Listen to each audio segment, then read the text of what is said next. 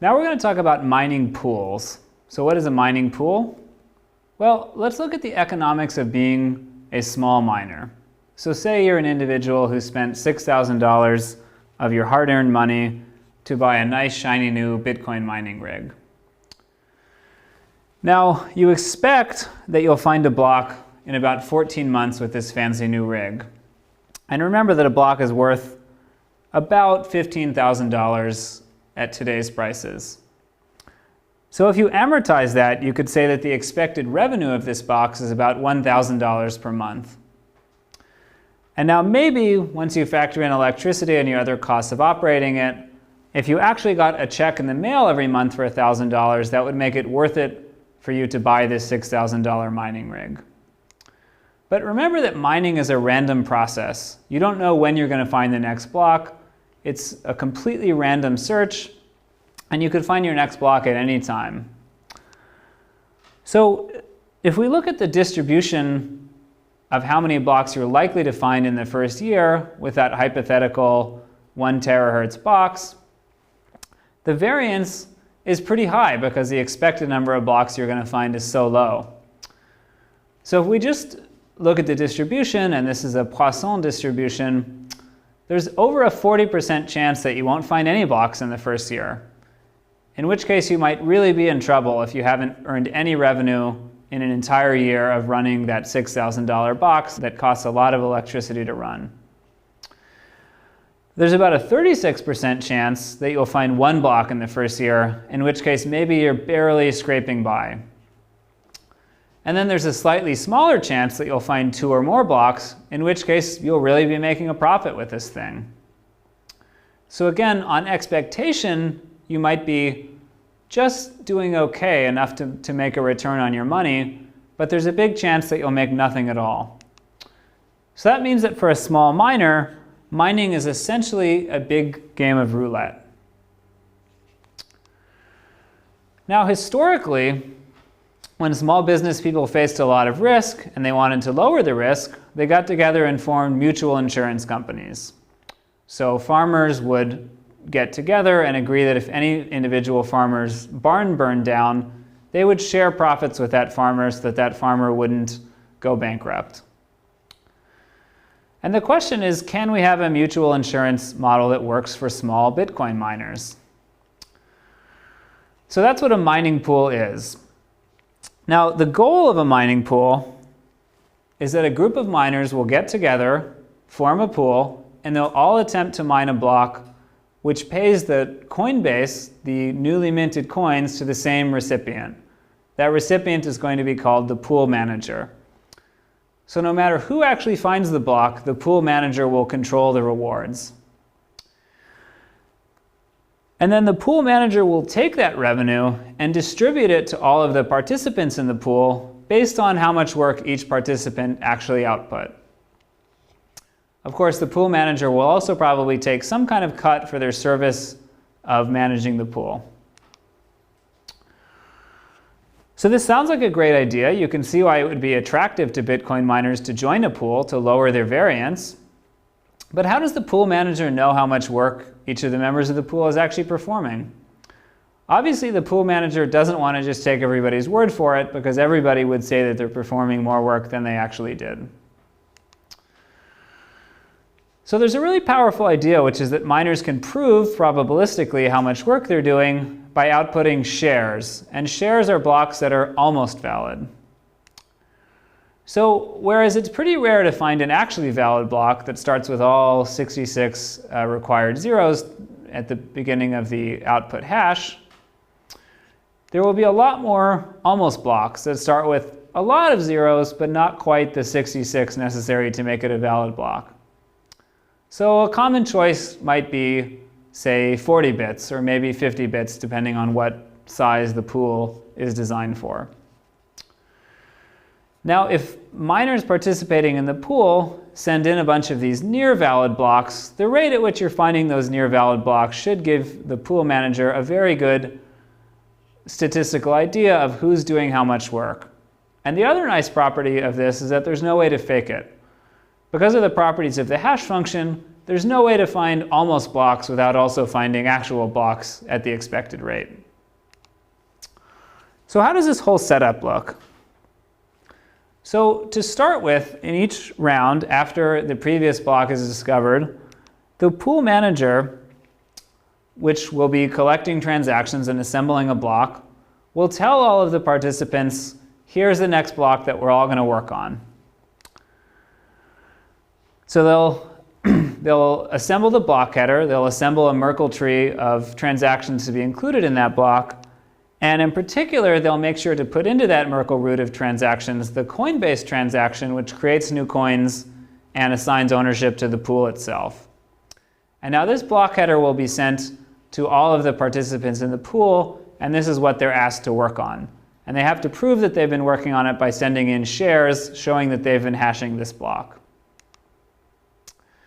Now once that gets sent out, all of the miners go about and do their work, and they'll all slowly find almost valid blocks or shares until finally one of the miners, hopefully in the pool, finds a valid block that will then be published. Now, after this happens, all of the participants will send in all of the shares that they found to the pool manager, which should be pretty efficient for the pool manager to verify are valid shares that they found.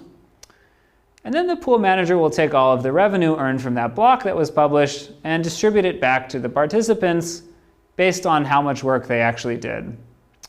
Now notice that this miner all the way on the right here, who did happen to find the block, actually receives less revenue than that miner on the left there, who didn't find the ultimately valid block, but they did find more shares.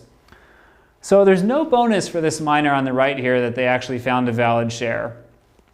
They would have been better off if they just mined as an individual, because they would have gotten to keep all of the revenue from that block.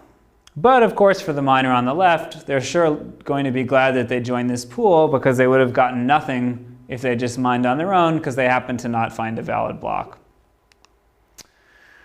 So there are a bunch of variations on this model of exactly how you determine, based on shares submitted, how much money each miner should get in mining rewards. So a couple of common ones. There's the pay per share model, where the pool manager just announces, I'll pay a flat fee for every share above a certain difficulty that you're willing to send me based on this block. In some ways, that's the best for miners, because that's a guarantee. Every time they find a share, they'll get a certain amount of money. The pool manager is essentially absorbing all of the risk in that scheme. Of course, as a result, usually with pay per share, you pay the highest transaction fee to the pool manager. Another way to do it is a proportional model, where instead of paying a flat fee per share, the amount per share depends on whether or not the pool actually found a valid block. So every time a valid block is found, the rewards from that block are distributed to the members proportional to how much work they actually did. So in this case, the miners still bear some risk proportional to the risk of the pool in general. So if the pool is large enough, the variance of how often the pool finds blocks will be fairly low. Proportional can still be a good approach, and it will provide lower risk for the pool manager. And it gets around a problem that's inherent to pay per share, which is that with pay per share, the miners actually don't have any motivation to send in valid blocks. They don't have any motivation not to, but miners have the option when they find a valid block of just keeping it a secret. Now they're hurting the pool by doing that, so this is purely an act of vandalism, but they have no real motivation, since they get a flat reward per share, to actually send in the valid blocks. Whereas with a proportional scheme, the miners certainly want to send in the valid blocks, because that triggers revenue coming back to them. And a final variation that I think is interesting and was popular for a while is that the pool owner actually collects no fee, but miners can't receive any revenue out until their balance is over 1 Bitcoin. So basically, this means that new entrants to the pool don't make any money for a while, and then they make money at an even rate without paying any fee to the mining pool manager. So essentially, once you're established in a pool with this approach, it's a great place to be, but they're harder to break into. So this has become pretty advanced now. There are quite a few protocols to run mining pools. And it's even been suggested that these mining pool protocols should be standardized as part of Bitcoin itself. So just like there's a Bitcoin protocol for running the peer-to-peer network, these protocols are an API for communicating from the pool manager to all of the members when to work on a new block, what that block should be, and for the miners to send back to the pool manager the shares that they're finding. Another reason why this is so important is that some mining hardware actually supports these protocols at the hardware level. Now this makes it very simple to buy a piece of mining hardware, plug it into the wall, both the electricity and your network connection, choose a pool, and then it will start immediately getting instructions from the pool, mining and converting your electricity, hopefully, into money. So mining pools first started around 2010, actually way back in the graphics card era of Bitcoin mining, which is several generations ago. And they were instantly very popular for obvious reasons because they lowered the variance for the participating miners. So by 2014, the vast majority of all miners are mining through pools. Very few miners mine on their own anymore. And a very interesting thing happened in June of this year, where the largest pool, called ghash.io, got so big it actually had over 50% of the entire capacity of the Bitcoin network.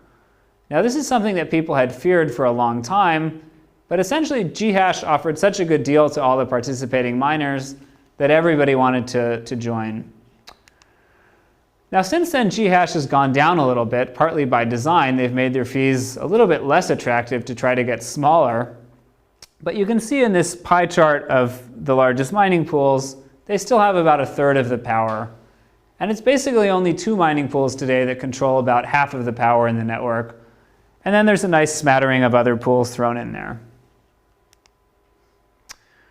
So are mining pools a good thing? Well, the advantages of mining pools are that they make mining more predictable for the participants, and they make it much easier for smaller miners to get involved in the game.